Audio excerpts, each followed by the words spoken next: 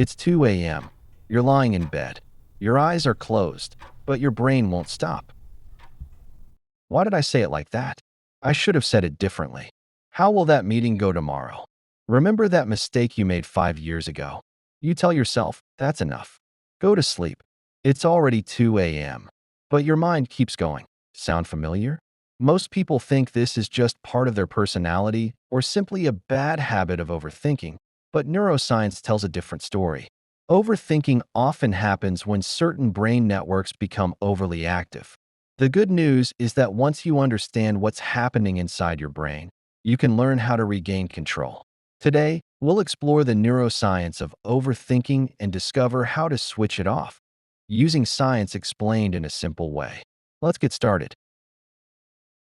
What happens inside your brain?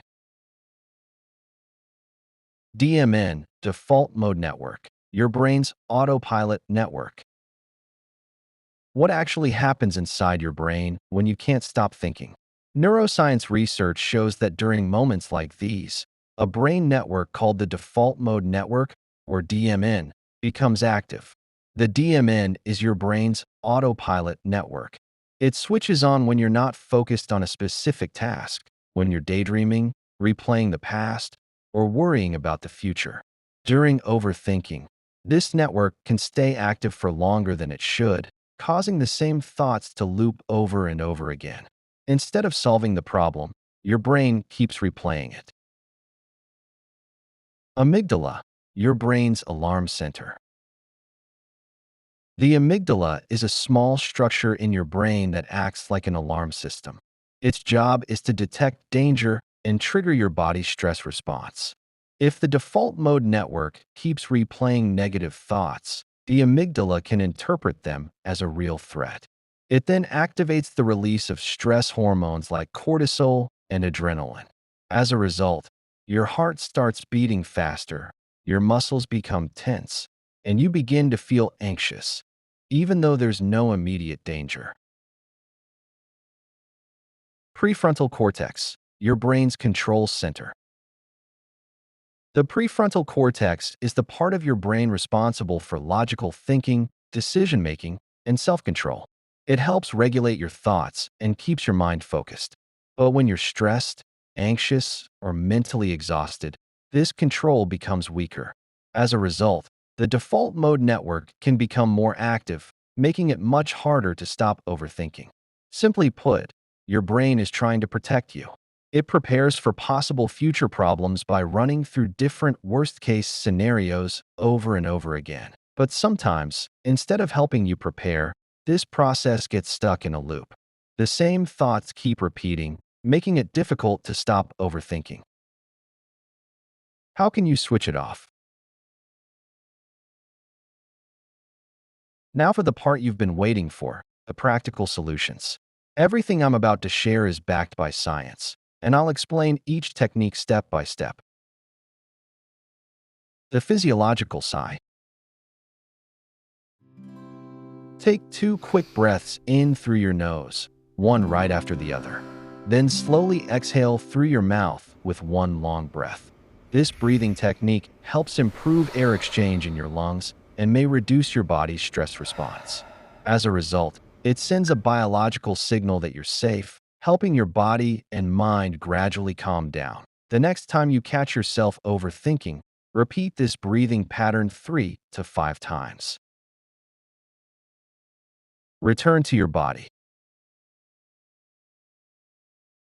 The default mode network is most active when your mind is wandering. One of the fastest ways to interrupt this is to shift your attention to your body. Ask yourself, what are my feet touching right now? Is my breathing slow or fast? This is much more effective than simply telling yourself to calm down.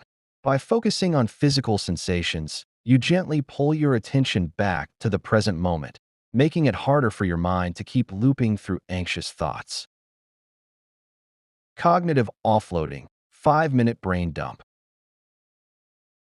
One of the most effective ways to interrupt the default mode network is to move your thoughts out of your mind and onto something external. Simply take a blank sheet of paper and write down every messy thought that's in your head.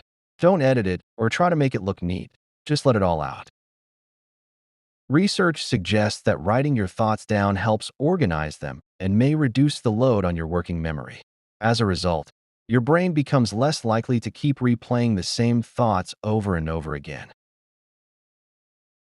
Don't think about a white bear. Let me tell you something. Don't think about a white bear. What happened? Chances are you immediately pictured a white bear. This is known in psychology as the white bear effect. The harder you try to suppress a thought, the more likely it is to come back. So instead of telling yourself, stop worrying, give your brain a new focus. Try the 5, 4, 3, 2, 1 grounding technique. Name 5 things you can see. Touch 4 things you can feel. Listen for 3 sounds you can hear. Notice 2 things you can smell. Identify 1 thing you can taste. This isn't about distracting yourself. It's about gently shifting your brain's attention away from anxious thoughts and back to the present moment. Get moving. Physical activity is one of the most effective ways to manage overthinking. Research shows that regular exercise can reduce stress, improve mood, and help decrease repetitive negative thoughts. The next time you find yourself stuck in a loop of overthinking, don't just sit there. Get up and move.